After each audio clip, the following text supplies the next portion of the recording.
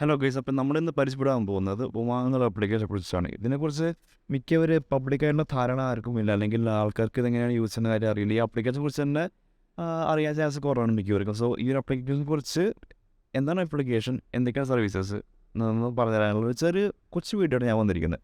So നമുക്ക് യുമാങ് എന്താണെന്ന് ശ്രമിക്കാം. സോ ഈ ഒരു ആപ്ലിക്കേഷൻ ഇപ്പോൾ ഡയറക്റ്റ്ലി നമുക്ക് പ്ലേ സ്റ്റോറിൽ ആപ്പ് സ്റ്റോറിൽ അല്ലെങ്കിൽ നമ്മുടെ വിൻഡോസ് ഒരു വെബ് ആപ്ലിക്കേഷനായിട്ട് യൂസ് ചെയ്യുന്നതാണ്. ഇതിൽ പ്രത്യേക റെസ്ട്രിക്ഷനൊന്നുമില്ല, ആർക്കും വേണമെങ്കിൽ യൂസ് ചെയ്ത്. ഗവൺമെൻറ്റിൻ്റെ വെബ്സൈറ്റ് ആയതുകൊണ്ട് തന്നെ, അല്ലെങ്കിൽ ഒരു ആപ്ലിക്കേഷൻ ആയതുകൊണ്ട് തന്നെ നമുക്ക് അധികം ഒരു ആശങ്കപ്പെടേണ്ട ആവശ്യമൊന്നുമില്ല. സോ നമുക്ക് ആപ്ലിക്കേഷൻ എങ്ങനെയാണ് ജസ്റ്റ് പ്രവർത്തിക്കുന്നത് നോക്കാം. സോ ആപ്ലിക്കേഷൻ ഇൻ്റർഫേസ് ഇതായിരിക്കും. നമുക്ക് ഇതിനകത്തുനിന്ന് നമുക്ക് പല പല സർവീസസ് നമുക്ക് കാണാൻ സാധിക്കുന്നതായിരിക്കും. സോ നമ്മളിപ്പോൾ പെട്ടെന്ന് നോക്കുകയാണെന്ന് വെച്ചാൽ ഇപ്പോൾ CBSE റിസൾട്ട് വരുന്ന കാലമാണ്. So CBSE 10th and 12th result ഇതിൽ തന്നെ കാണാൻ സാധിക്കും. അതുപോലെ തന്നെ ട്രെയിൻ ടിക്കറ്റിൻ്റെ സ്റ്റാറ്റസ് കാണാൻ സാധിക്കും. നിങ്ങളൊരു പെൻഷൻ പറ്റുന്ന എംപ്ലോയി ആണെങ്കിൽ പെൻഷൻ്റെ സ്റ്റാറ്റസ് എന്താണ്, പെൻഷൻ സപ്പോസ് എന്തെങ്കിലും ഇഷ്യൂസ് ഉണ്ടോ, അതെല്ലാം നിങ്ങൾക്ക് അറിയാൻ സാധിക്കുന്നതായിരിക്കും. ഇനി പബ്ലിക്കായിട്ട് ഗ്രീവൻസ് സബ്മിറ്റ് ചെയ്യാനും റിവ്യൂ ചെയ്യാനും നിങ്ങൾക്ക് ആ ഒരു ക്ലെയിമിൻ്റെ സ്റ്റാറ്റസ് അറിയാനും, അല്ലെങ്കിൽ ക്ലെയിം കിട്ടുമോ ഇല്ലയോ എന്ന സ്റ്റാറ്റസ് അറിയാനും നമുക്ക് ഈ ഒരു പബ്ലിക് ഗ്രീവൻസ് വഴി സാധിക്കും. ഇങ്ങനത്തെ ബേസിക്കലി പല ഗവൺമെൻറ് സർവീസസും ഒത്ത് ചേർന്ന് കൊണ്ടുവരുന്ന ഒരു ചെറിയ ആപ്ലിക്കേഷനാണ് ഈ ഉമാങ് എന്ന ആപ്ലിക്കേഷൻ. സോ നമുക്കിതിൽ കുറച്ചും കൂടി ഡീപ്പായിട്ടൊന്ന് നോക്കാം. സോ താഴത്തേക്ക് നമുക്ക് കാറ്റഗറീസിനകത്തായിട്ട് നമുക്ക് വിവിധ സെക്ഷൻസ്, ഓരോ സെക്ഷൻസ് ഫാർമേഴ്സിനായാലും women and children specifically, youth, district, police, legal action, ration, ഇങ്ങനത്തെ പല സർവീസും കാണാൻ സാധിക്കുന്നതായിരിക്കും. സോ ഇത് നമ്മൾ ഇപ്പോൾ ഒരു നോർമൽ പേഴ്സൺ എന്ന രീതിയിൽ നമുക്ക് ഏറ്റവും കൂടുതൽ ആവശ്യം വരുന്നൊരു സംഭവം എന്ന് വെച്ച് കഴിഞ്ഞാൽ ബിൽ പേയ്മെൻറ്റ്സ് ആയിരിക്കും. മിക്കവർക്കും അതെനിക്ക് യൂസ് ചെയ്യാൻ വരുന്നത്, എസ്പെഷ്യലി മൊബൈൽ പേയ്മെൻറ്റ്സ് ആയാലും may be electricity, phone, gas, ഇതിനെല്ലാം നമുക്ക് പേ ചെയ്യാൻ സാധിക്കുന്നതായിരിക്കും ഈ ആപ്ലിക്കേഷൻ. അത് ജസ്റ്റ് ഒന്ന് ചെക്ക് ചെയ്ത് നോക്കാം.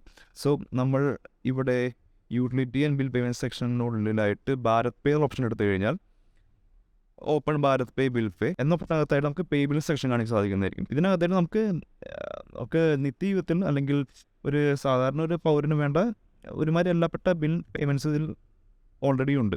FASTag, DTH, cable TV, electricity, gas, ഇതിൽ തന്നെ നമുക്ക് പേ ചെയ്യാൻ സാധിക്കുന്നതായിരിക്കും. ഇതിന് പുറമേ തന്നെ പ്രൈവറ്റ് ഫിനാൻഷ്യൽ സർവീസ് ആയിട്ടുള്ള credit card bill payment, loan payment, even CIBIL score വരെ നമുക്ക് ചെക്ക് ചെയ്യാൻ സാധിക്കുന്നതായിരിക്കും.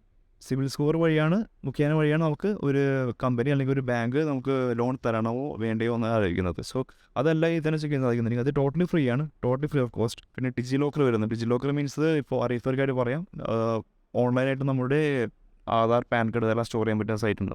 സപ്പോസ് ഒരു സിറ്റുവേഷൻ നിങ്ങൾക്ക് ആധാർ കാർഡ് എടുക്കാൻ പറ്റില്ല എന്ന് വന്നേക്കാം.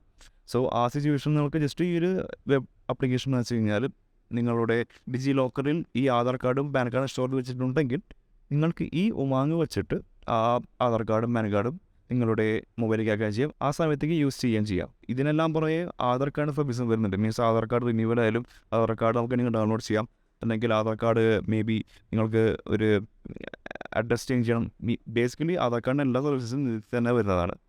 സോ ഇതെല്ലാമാണ് ആ ഒരു സെക്ഷനിലെ സർവീസസ്. പിന്നെ നമുക്ക് ട്രാൻസ്പോർട്ടായിട്ടുള്ള IRCTC, അതായത് റെയിൽവേ ടിക്കറ്റ്, നമുക്ക് ടിക്കറ്റ്സ് ബുക്ക് ചെയ്യുന്ന മുമ്പ് അവൈലബിലിറ്റി, അതായത് ഓരോ ട്രെയിനിലും ആ സമയത്ത് നമുക്ക് വേണ്ട ക്ലാസ്സിന് ടിക്കറ്റ് ഉണ്ടോ ഇല്ലെന്ന് അറിയാൻ സാധിക്കുന്നതായിരിക്കും.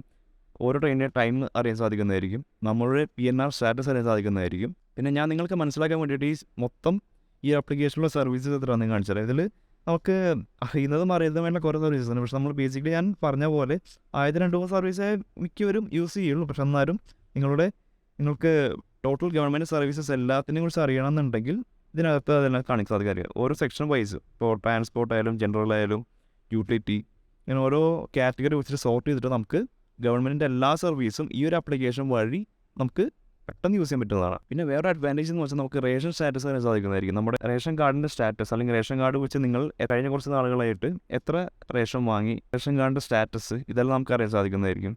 ഇതെന്തുകൊണ്ടൊരു മസ്റ്റ് യൂസ് ആപ്ലിക്കേഷൻ, കാരണം എന്തുകൊണ്ടും നമുക്ക് പല ആവശ്യങ്ങൾ പല സൈറ്റ്സിൽ മിക്ക സമയത്ത് പോകാൻ പറ്റിയെന്ന് വരില്ല. പക്ഷേ ഈ ഒരു ആപ്ലിക്കേഷൻ ഉള്ളതുകൊണ്ട് നമുക്ക് ആ ആക്സസ് പെട്ടെന്ന് കിട്ടുന്നതായിരിക്കും. സോ മേ ബി ഒരുപാട് സമയം സേവ് ചെയ്യാനും മേ ബി ഒരുപാട് തലവേദന ഉണ്ടാവാതിരിക്കാനും ഈ ഒരു ആപ്ലിക്കേഷൻ വളരെ യൂസ്ഫുൾ ആയിരിക്കും. സോ ഏതൊക്കെയാണ് ഈ ആപ്ലിക്കേഷനെ കുറിച്ചുള്ള ജസ്റ്റ് ബ്രീഫ് ഐഡിയ. സോ നിങ്ങൾ ഈ ആപ്ലിക്കേഷൻ യൂസ് ചെയ്തിട്ട് അതിൻ്റെ അഭിപ്രായം പറയുക. സോ ഈ വീഡിയോ ഇഷ്ടപ്പെട്ടാൽ നിങ്ങൾ തീർച്ചയായിട്ടും ലൈക്ക് ചെയ്യണം. ഈ വീഡിയോ മറ്റുള്ള നിങ്ങളുടെ ഫാമിലി മെമ്പേഴ്സിലേക്കോ അല്ലെങ്കിൽ ഫ്രണ്ട്സിലേക്കോ ഷെയർ ചെയ്യുക.